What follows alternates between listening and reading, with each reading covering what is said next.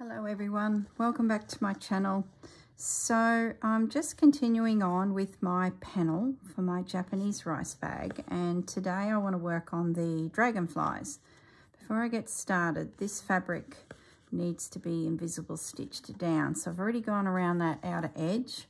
I found a bit of blue cotton just so that it is invisible. I thought the white might show through a little bit too much, so I'm just coming down this outer edge just to secure it. Was sort of wriggling around a little bit. Now this fabric here is like a linen, and I think it is going to fray very easily. So what I might end up doing before the panel gets stitched into place, and I'm still pretty confident I'm going to just add it to the exterior of the lining with some stitches and not machine stitch it as per tradition, like I was sort of brainstorming in the last video, unless something changes my mind. But I don't know, I think I like that raggy, rusticy, have a look at how you made it edge, seeing the layers in there. But I will need to probably do a little extra stitching around some of these edges, I just don't want them to completely fall apart. So if I use like a sewing machine cotton where I don't want it to be a big feature, and just do a little overcast stitch or a blanket stitch even. Probably overcast stitch. Not a lover of blanket stitch anymore. I think I did so much of it as a kid. It was the go-to stitch. And it used to drive me nuts because it was never even, like really nice. And I used to hate it. So I'm wondering if I can just do a little small overcast stitch. Yeah, I think I will. It won't be real visible. It's not going to pull away from the overall design of having that cream thread as my feature stitching. But at least I'll know that the fabric will be really secure. I think it'll be worth it, especially where I don't have an overcast stitch as a feature. For example, this blue. Yeah, I'm going to do that. I won't waste too much time on that because I want to get into these dragonflies. So I'll just bring that thread up here and get rid of that. Okay, so that will definitely have a little overcast. I'd say I will come back and do around that edge, just so it's, you know, I don't mind the raggy look, but I just don't want it to fall to bits either. Now, dragonflies, I found the pencil. This is the little one. So I'm just going to sharpen it because I'm going to need quite a point, I think, to get in there. Let's do a little test. It should work.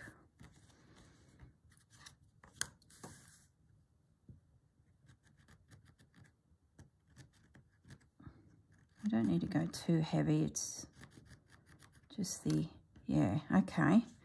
And then I think they use these little brushes to get rid of it. And it's certainly got rid of it a bit. I can still see it. If I dampen the area, yeah, it'll go. Okay, being white too, that will work. Okay. Now, we want all three of them? Yeah, why not? Why not? Let's get ourselves positioned there a little bit. Okay, let's sketch in.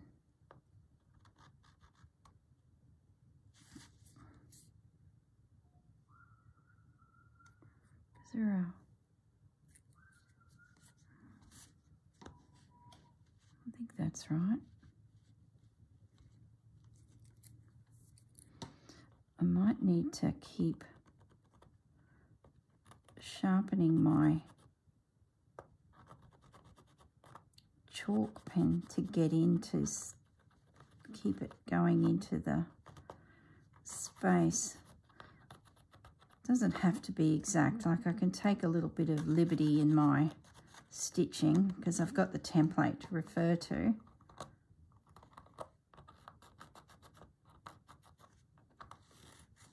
So once I get a bit of an idea of where each thing is, I think I'll be right. Oops, so my pencil has broken off the tip. Come on. So I need to sharpen it again without moving that template. Now I've got stuff everywhere. Oh my goodness, I'm gonna have to take my fingers off. Maybe this is maybe this is not gonna really work. That's better. That's better. I use the bigger sharpener on the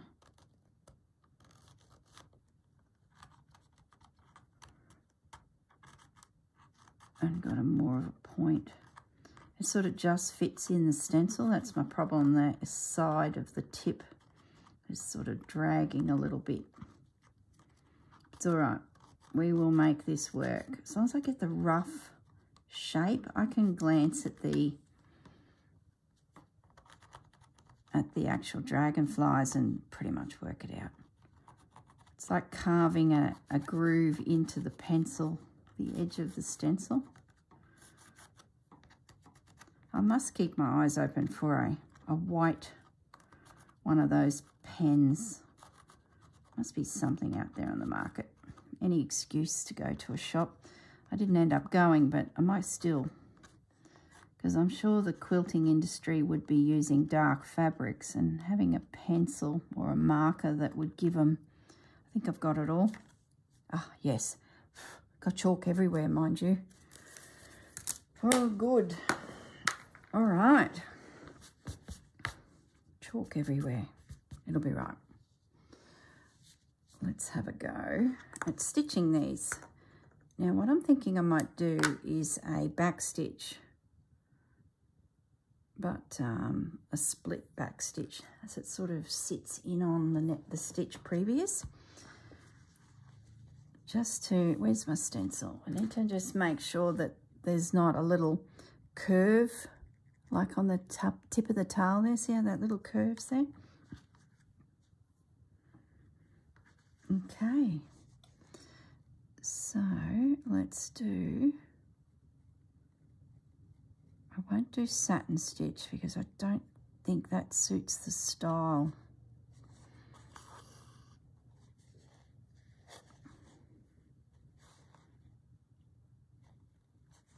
I'll do a back stitch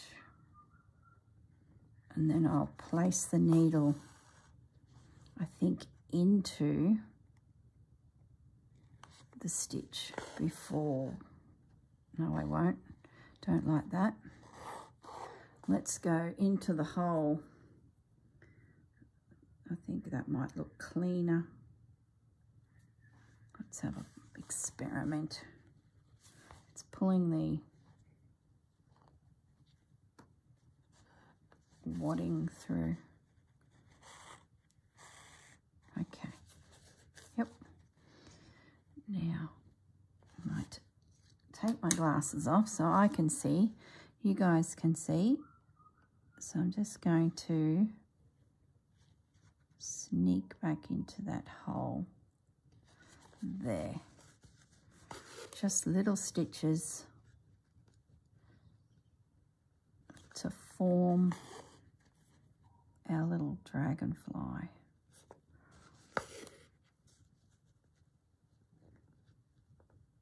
Nice and simple. I like the elegance of this needlework, the colour, the design. Now, does that petal go up? Yeah, there's a little stitch needed here. Hello, Fudge. How are you this morning? Meow. little gap. And then away we go again. There we go. Oh, don't you love the sound of thread pulling through fabric? That's crooked. Look, stop thinking about thread pulling through fabric. Concentrate, girl. It's a little bit out of line there. So just going to back it up a bit. Don't want to rush it. Want it to be right.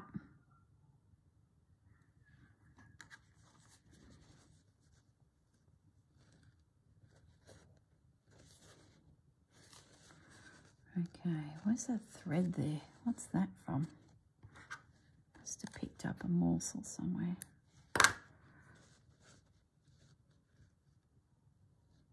Yeah, the chalk pen's going to be fine. That will work. I still feel the need to visit the store, but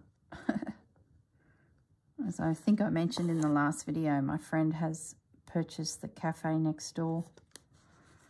And I haven't had a chance to drop in there and suss it all out and say hello. So we might go for a drive. I feel like I haven't been out of the house for a few days. Well, I haven't. This project's been all-consuming, so I've just been thinking, stitching, researching, looking at different Boro stitched projects. There's my little dragonfly. So I'm going to drop down to the second wing now.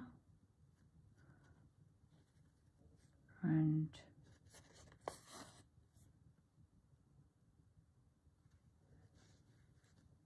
get that one stitched in.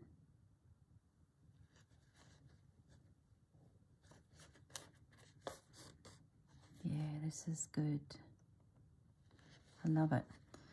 Maybe the quilt shop has some other little stencils. I'd really love a cherry blossom. That, to me, is quintessential Japanese. I have some other friends who are currently touring Japan at the moment. And they're there for around the time that the cherry blossom festival is actually on. So they've been doing general tours around different cities, but now I believe they're on a cruise. And the photos, it's like a riverboat cruise that you would see go through Europe, because they seem to be like on an open deck and there's cherry blossoms all along the foreshore, wherever they are. And it's so beautiful. I've seen photos and it's sort of on the bucket list one day, is to see the cherry blossom festival. Like, oh, a real pink, beautiful. If you're not sure what I'm sort of talking about, just put into Google Japanese cherry blossom season and you'll see what I mean. It's just gorgeous. I'm losing my chalk lines, which is a good thing, but where my fingers are. So mental note, that stitch is wrong, I've missed the point. Mental note, stitch maybe over here and work back, so at least where your thumb is, it's not rubbing out your chalk line. Sort of work across your work like that.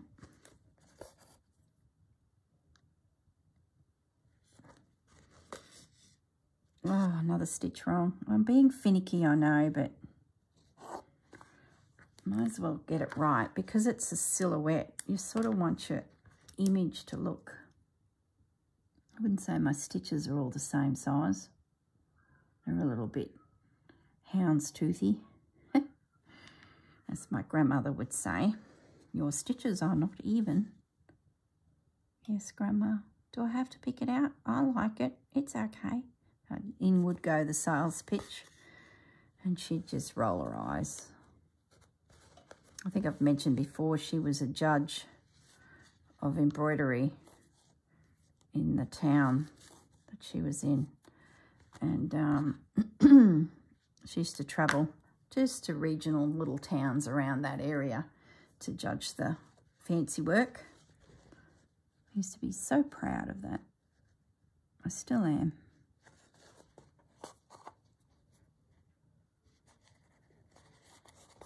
She was a good lady.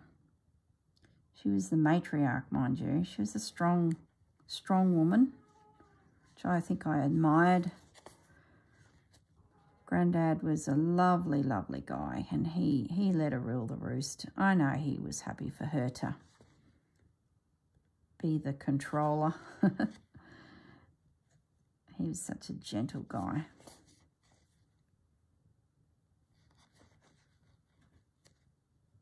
It's funny how little things make... Hello, Fudge. Little things make things flood back into your mind. My granddad was a real fix-it, tinkerer, inventor type of character. And as a little extra money, because they were dairy farmers, he would fix local farmers' windmills.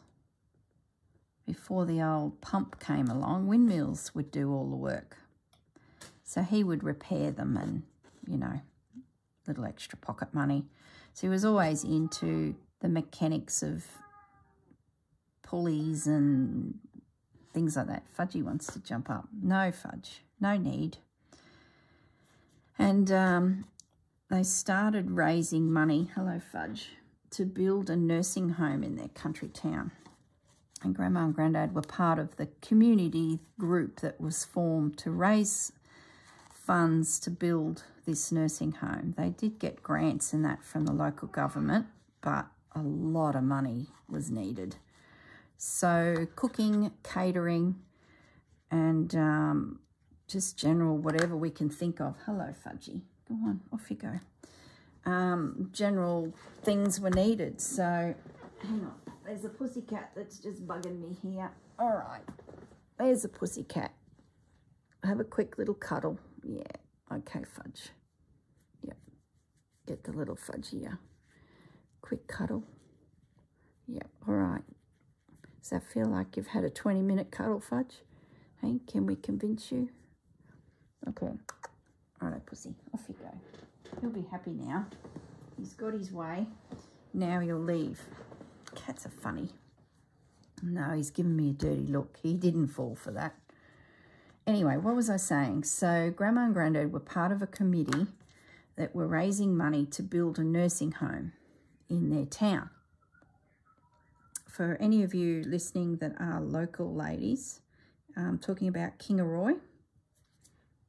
And the nursing home is Arana. So anyway, long story shortened is that they were baking, they were stalls at shows, and a lot of catering. So, for example, through the church, the Lutheran church, is say somewhere there was a funeral or something and a cup of tea afterwards, they'd bake. So there's a lot of catering for weddings and, you know, all sorts. They just worked and worked and worked. It was massive community investment of time and energy. So one of the activities that they came up with, well, Granddad in particular, was selling hot dogs. Now, back then, we used to have a picnic race as well as the local show. And the picnic race was a series of horse events at showgrounds. And maybe some running events, you know, just things for kids. It was like a picnic day. And Tansy, which was the little town near my farm where I grew up, I was sort of halfway between Tansy and Gameri. Tansy would host this picnic race. It was fantastic. It was a great day out for families, and Granddad and Grandma and me and Mum and Dad, probably more Mum than Dad. Dad was always helping with some of the events. We would sell hot dogs, battered hot dogs, not the ones you buy now, which are pre-done in a factory and they buy them in by the bag full and just cook them. Pluto Pops or Dagwood dogs, they're just not the same. Grandma would make a batter and then it'd go into this vat. Now the vat was like a, I think it was a cream churner, and Grandad retrofitted it with a little motor that would keep the batter moving, so it just wouldn't sit, so it just gently oscillate around this batter, and it'd keep it very aerated, and therefore when it was cooked it was very fluffy. So we would be there at the picnic races with this contraption that Grandad had created for the batter. The batter would go in, it'd be just gently moving it around, keeping it aerated, and then we'd be putting a Savoy sausage or a frank onto a stick, dip it in, let it drip, and then into the fat. And then we'd sell it to queues and queues of people. Big bottle of tomato sauce or Barbie sauce next to it. Oh my goodness. We would do hundreds and hundreds of these Dagwood dogs. And then before we knew it, we were at the Gameri show. We were all over the place. And I was just little, but I was in amongst it, as you can imagine. In amongst it, doing something, selling these Dagwood dogs with Grandad and Grandma. And the money we raised went into the Arana Fund. So roll forward to today, and Arana is a very big nursing home that's in Kingaroy. There's all sorts of care offered there, from depending on what you need when you go into the nursing home. And going back probably about 5 years, Grandma went to the nursing home for a few years. So yeah, if she hadn't have assisted in the building of it, she wouldn't have had a nursing home in her local community that she could go to. So yeah, it's just a nice round story, you know. It all comes to a nice ending. So it was a great time. I thoroughly loved it. It was just a very special time. Now that I look back on it, at the time it was just, you know, we cooking hot dogs. Yep, we're going to wherever. So that was my contribution to the building of Arana.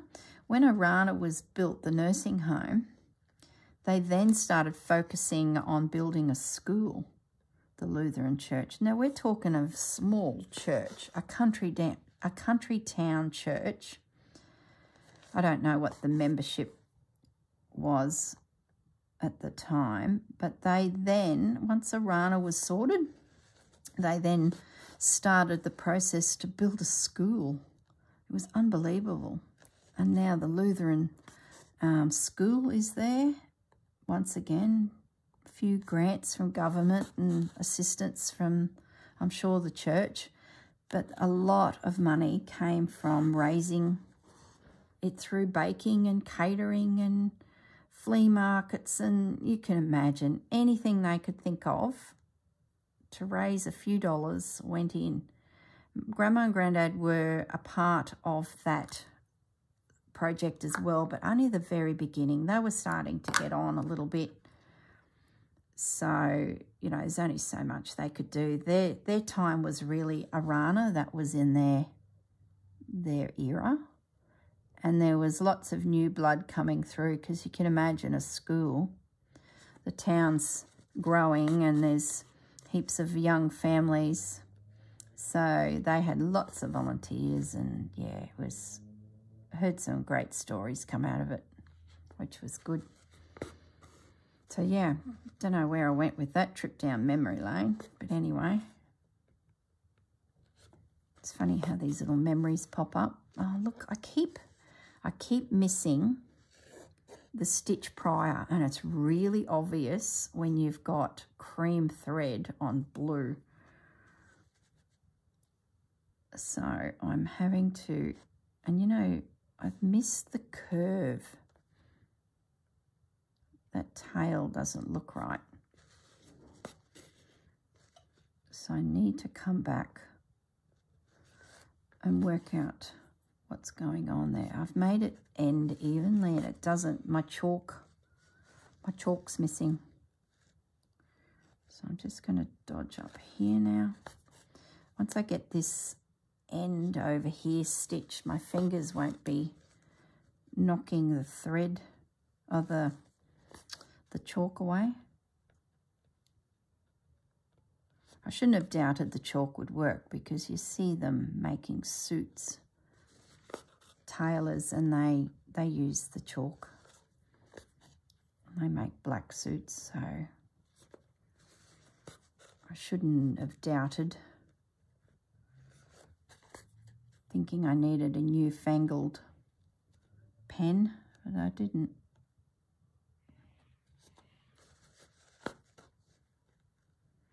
I haven't picked up chalk, dressmaking chalk, for years. When I first moved to Brisbane to start my studies, I was making a lot of my own clothes because I didn't have a lot of money, and I had some fabrics and I could easily get a pattern, and this spotlight popped up on the radar and I was like, wow, isn't that amazing? Because I only ever had little country haberdashery stores. So spotlight appeared, and I could pick a pattern, pick some fabric, and I was making a lot of my own clothes. And that's when the old chalk is needed, when you're drafting or no, don't say drafting, Corrine. I never drafted a pattern, not like Grandma. She would have drafted it from measurements off of a body. But I certainly had to, you know, adjust patterns. I was a bit of a beanpole back then. I've blossomed since, as Mum would say. You've just blossomed. Yes, that's one word for it. But back then I was a beanpole. I was a beanpole all my life. I was a real thin, lean little thing. Fairly tall. Now, what do they call it? Voluptuous in many areas. Oh, geez. So I was always having to adjust patterns. Put some darts in to sort of pull it into me to get my shape. Otherwise it would look like a sack. So I shouldn't have doubted the old tailor's chalk, or dressmaking chalk.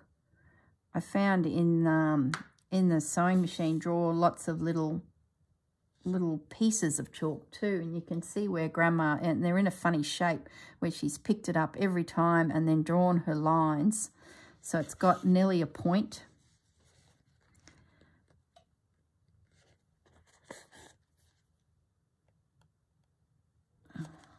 Okay.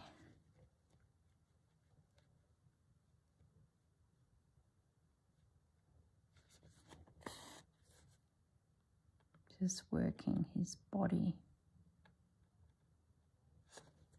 A lot of the lines have disappeared on me. What should we do for his eyes? Just a French knot. We could use a bead. I don't know if that's really keeping it traditional style stitching, but probably just a French knot would suffice. Don't be getting crazy, girl. Now, I might do those two eyes there.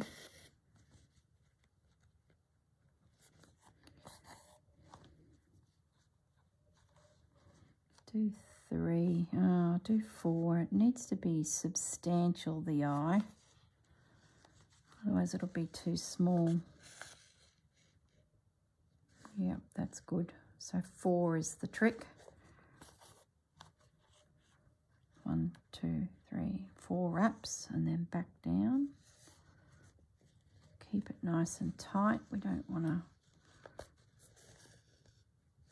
There we go. So I need to come back down here and finish this tail that I sort of didn't quite get right. There's a little curl. So let's just knot that off. Get my spectacles back on so I can see. Now, Where did we go wrong? Where's our little... Okay, so it's just a little kick. I've got to level it up a little bit more, plus, so there's actually probably 2 stitches needed. So I've got to come just past it a fraction. Oh, goodness me. Need a knot.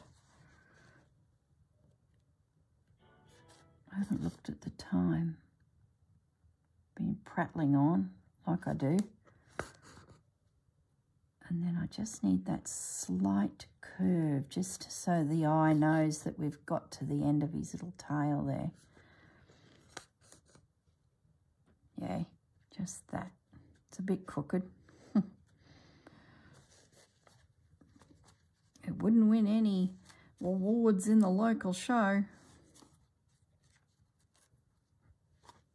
Okay. Can we get a few stitches out of that? Why not? How are we going for time? Let me just look up at the screen. 30 minutes. Beautiful. Okay, so let's do over here before my finger rubs that chalk off. We'll get this little wing stitched in.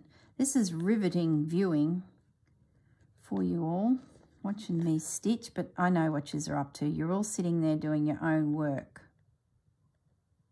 which is fine. That's exactly what I do. I get myself some needlework or some homework from doing a video, and then I go to my YouTube favorites and I let them roll. And it feels like I'm sitting there with them in their room, stitching away. It's great. You can sort of listen and look up occasionally to see what they're up to. It's just about hanging out, I think. It's a little bit of company. We're all doing it. And it's really cool, really lovely. I'd be sitting here by myself anyway. I really have lost that wing integrity there. I'd be sitting here by myself stitching, and I have for years. And then I started watching YouTube, and I think Rachel's channel was the first one that caught my... Oh, and Gail, scrapbooking, you know, just general. And then I started to find all sorts of YouTube people and Anne books and, yeah, heaps and heaps. But I do have my favourites. Then I started to find all the Aussie girls, and oh, it's so good. And I thought, well, I could do this. I'm sitting here just doing what everyone's doing. So that's how I started. At the time, my mum was getting very ill too. So it was a good way for me to, you know, stitch, make a video, chat, and she could watch. So she knew what I was up to. She's always loved, you know, watching what I'm doing next. What project are you up to now? And it's not easy when you're a phone call apart. So it was a great way, to sort of include her in my project. She was doing a lot of resting because she was starting to get quite ill. So I started the channel really just to have Mum have something to watch, and she'd discovered YouTube, and because she was no longer helping on the farm, she was just taking it easy. She had time to fill, so she'd do a lot of reading. And then we set up YouTube for her, and she was like exploring all sorts of topics.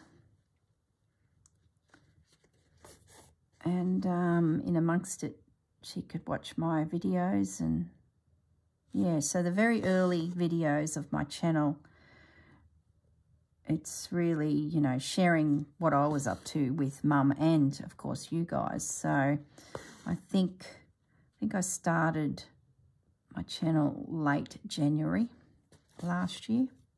And then I think Mum passed at the end of March. And I've just sort of kept it up. I sort of I don't know, I think it's because I was focused on just me and Mum watching, and I didn't really think much of you guys. It was just all about us two girls. It was just a way of, I guess, sharing it. And then that sort of helped me get my confidence, because if I had have gone in knowing that you lot were out there, like just thinking about that, I probably wouldn't have got it off the ground. I think I probably would have talked myself out of it. But it sort of became a, you know, a nice thing to connect two people. So that's sort of how it came to be. It was nearly I've jiggered that thread up completely. The knot didn't come through. See, I need to concentrate. What did I do? I've put the thread...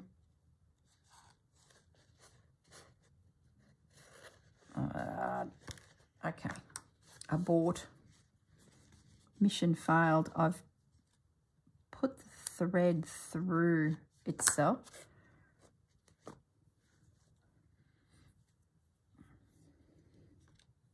My chalk lines are getting very faint, which is good.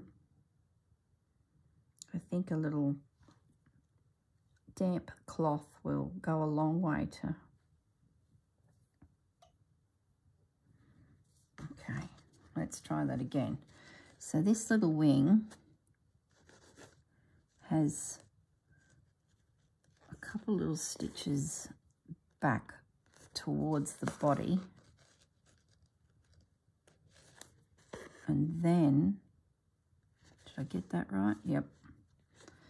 And then start coming back out. So you get that little corner there. If you don't have a stencil and you, oh, goodness sake, see, I missed it.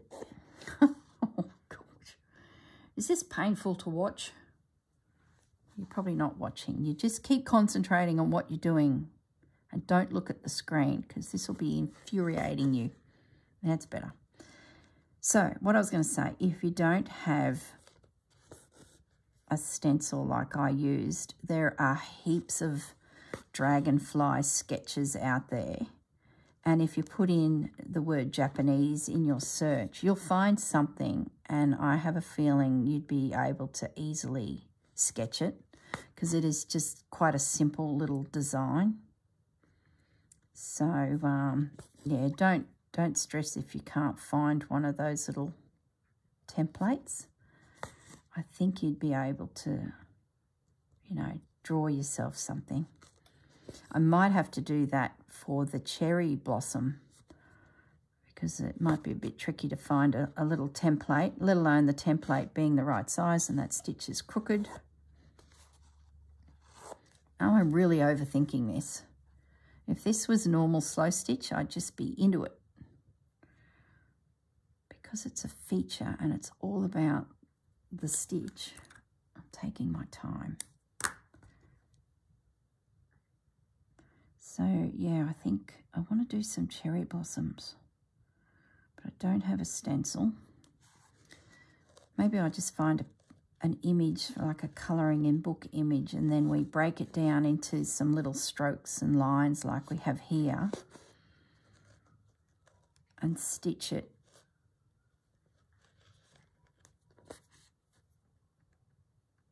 in the same styling as this. So I need to come now on this second line.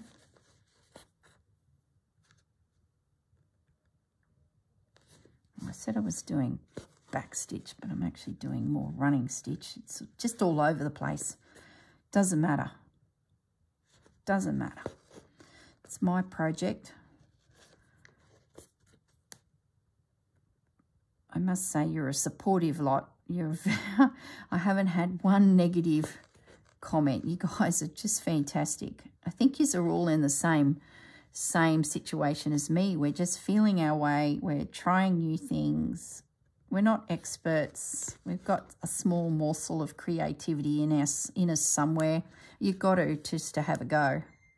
So if you think you don't, you do. If you're stitching, you've got creativity in you. So don't discount that.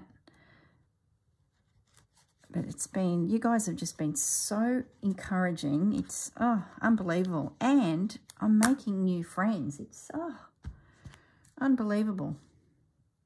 I know my husband, during COVID, linked up with people that play pinball through Twitch. It's sort of like YouTube, except it's live. You put a camera onto, in the case of pinball, onto your face, and a camera onto the scoreboard, and a camera onto the play field of a pinball machine.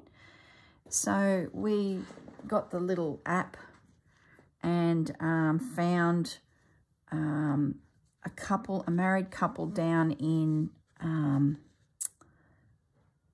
Victoria, Melbourne, who were streaming. Now, Melbourne was very locked down over COVID, so they were going a bit loopy. They had a pinball hiring business.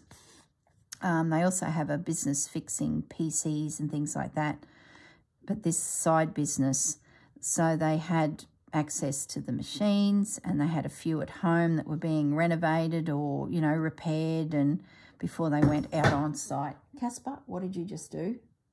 Caspy, that's my other cat. He's just knocked over a bag of fabric. Thank you.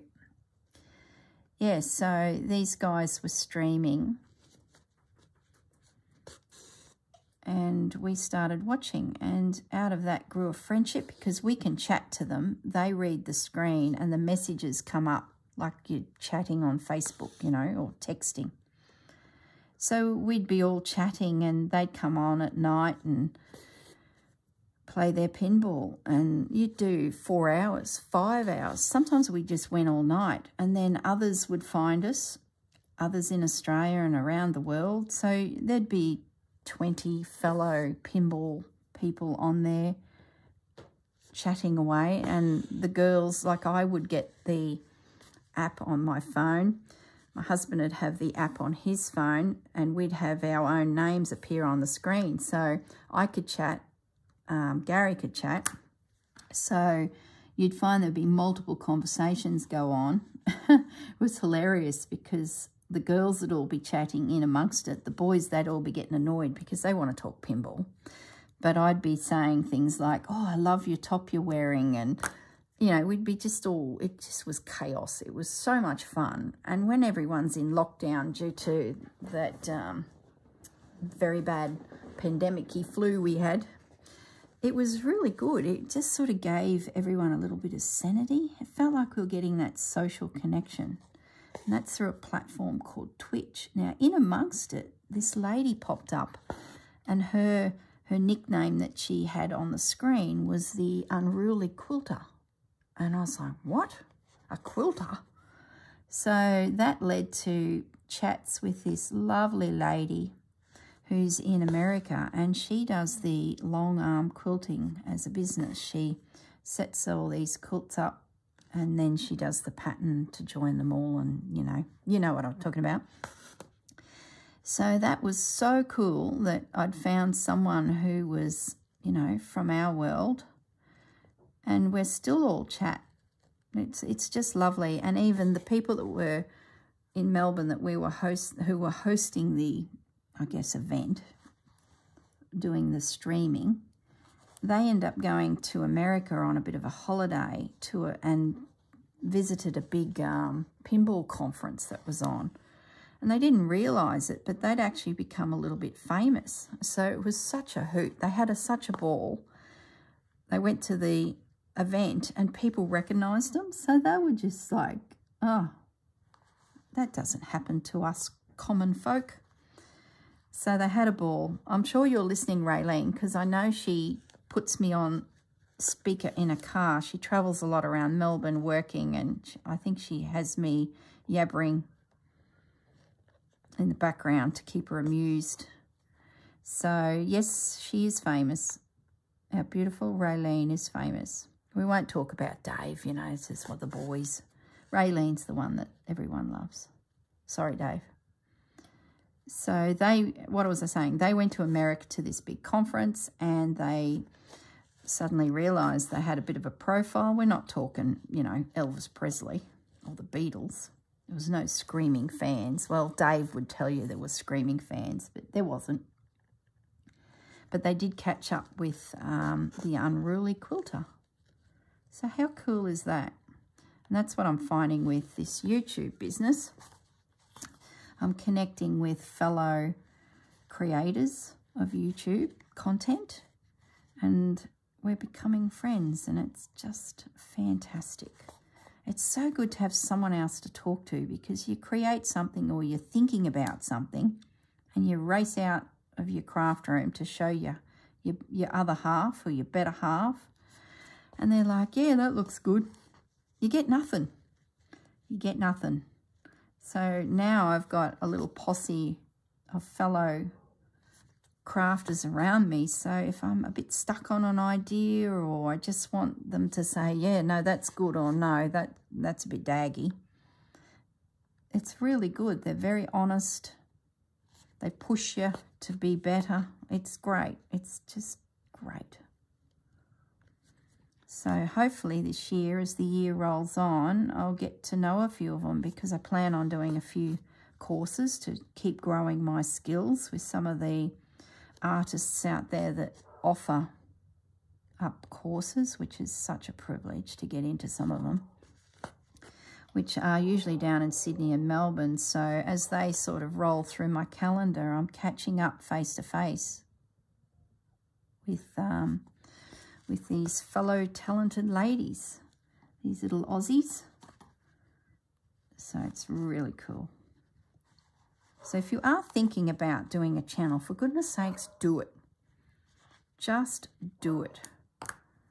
Film yourself just doing what you do. Don't think you have to worry about teaching as such, like a tutorial. Like you see some of those YouTube video makers out there, and it's a very structured tutorial. That's fine. If that's what you want to do, you want to be a teacher, go for it. If you just want to prattle on and have a bit of stitching time, and we can all sit with you and stitch, do it. Just do it. You won't make any money out of it. Like, let me tell you, YouTube do not pay much these days, and you need to have a lot of subscribers. So if it was something you wanted to make an income, you'd probably need to have a good think about what else you could do to supplement it and use your platform to drive customers to whatever it is you want to do. It's not about that.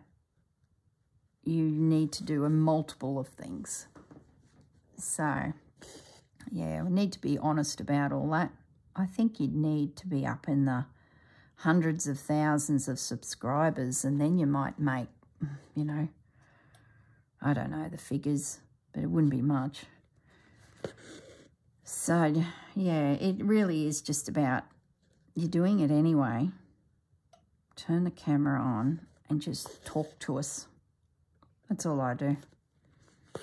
And if you like it, you'll find similar folks will flock to that style.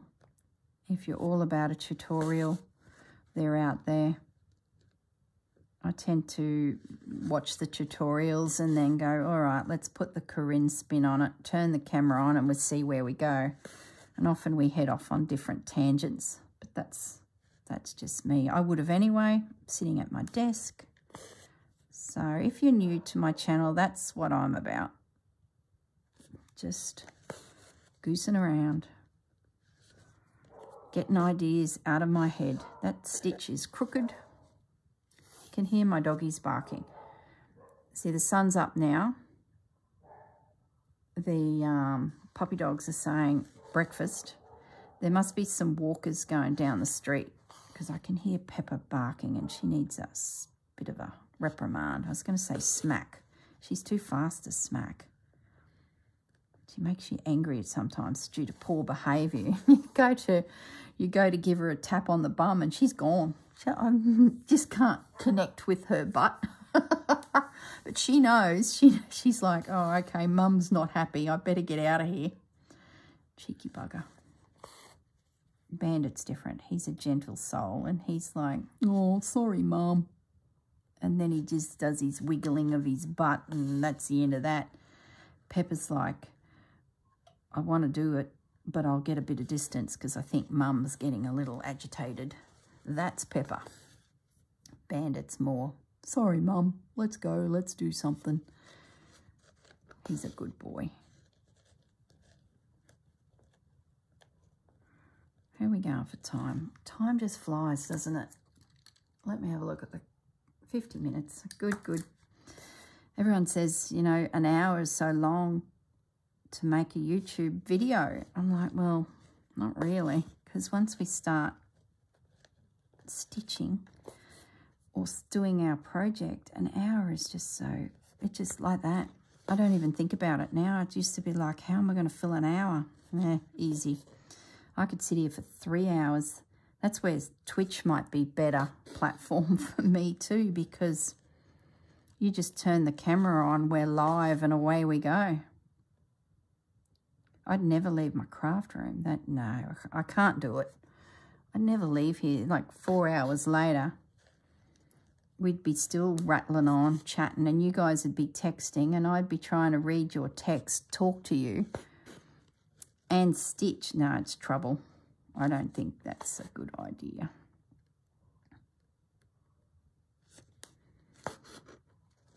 Okay, so we're coming up over here now to do this little wing.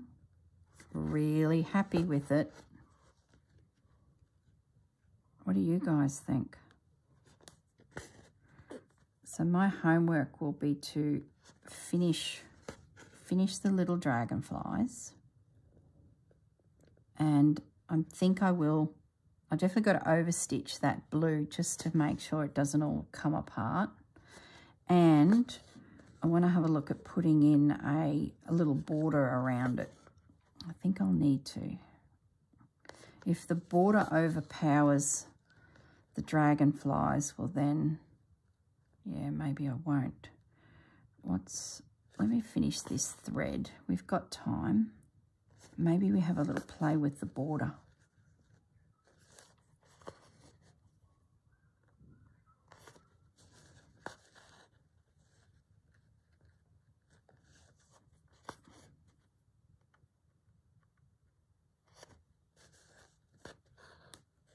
Okay, I'm going to end that off. It's getting a bit short. And we will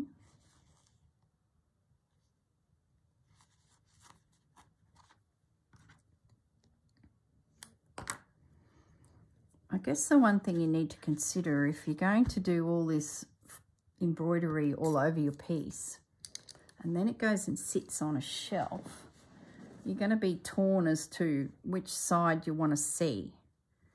So just keep that in mind, that maybe the other sides need to be more simple and you just have a feature on the one side. I don't know. Maybe my next panel, if I do these cherry blossoms,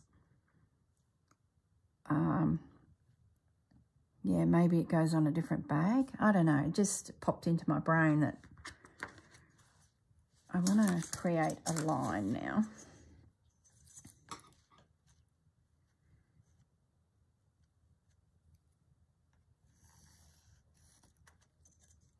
Yeah, that'll work. Just 1/4 of an inch from the edge will be fine. Yeah. That's not going to overpower my design, I don't think. I will stitch it a little just to make sure while you guys are with me. But it's about 1/4 of an inch. Yeah. I like the idea of framing it. I think it'll be a running stitch. Let's just see. We've got 5 minutes, 6 minutes. Threads everywhere. Okay. Sorry it went out of focus there. I just glanced up and saw it had gone crazy. Let's start up here. Got this little blue thread happening. Let's start up here, I think. on the line. And just roll that through. I thought I'd do 2 videos per side, but there's more work here than I had anticipated. So I think the next video will be more work on here because I'd like to add some smaller decorative patches just to make the piece a little bit more interesting. So I will say we will be still working on this little panel, just building it up, seeing what we can do with it.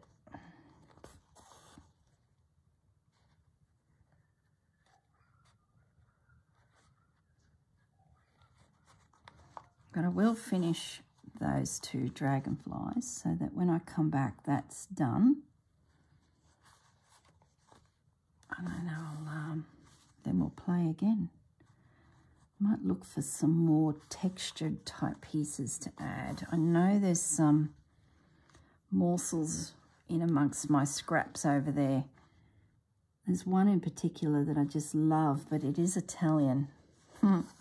It's from one of Rachel's fabric packs from Roxy Creations. She does some beautiful fabric packs. So if you're looking for morsels and you're new to all of this, head over to Roxy Creations. Follow the links on any of her videos and you'll find her Etsy store. And she does these fabric packs. The neutral one is the one that I really like because you get like little pieces of hemp and yeah, all sorts of yummy morsels.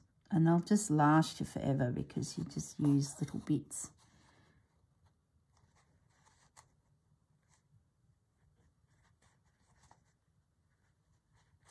Okay.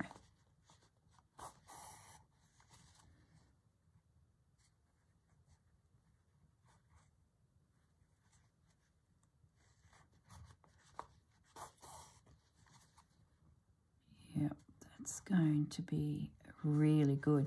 It's quite fast once you get going. I was a bit skittish at the beginning. I was a bit cautious, but I feel like I've got the feel for it. Oh, goodness, I've just noticed my cat. He's sitting in the corner of the room, staring at me. What's the matter, Casper? He knocked over that fabric, so he obviously wants attention. And I thought he'd left, but he's not. He's sitting just off to the side in the corner of the room, just looking at me. Oh my goodness. He must want some breakfast. Hang on a minute. You've had breakfast, Casper. You had breakfast hours ago. So he must just want company. Is Fudge up to something? Is that why you're here? Is Fudgy in trouble? No? Something's going on. Doesn't usually do that. You're feeling a bit off, mate.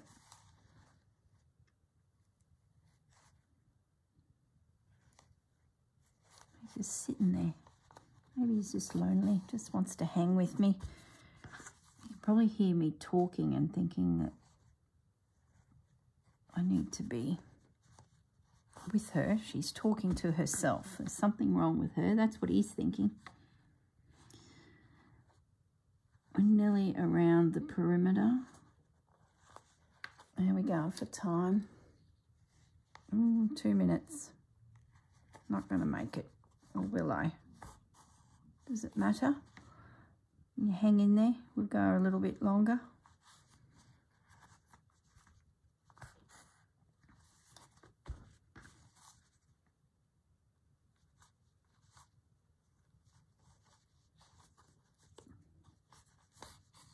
Must turn that iron off. It's clicking beside me. And I don't need it anymore, so I must turn it off.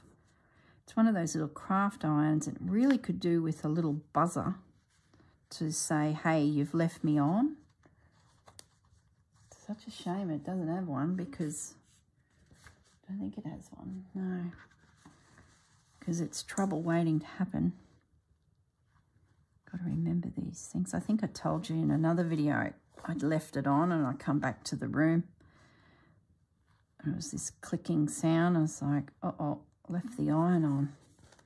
Don't usually use the iron a lot because I just don't have business shirts to iron, you know.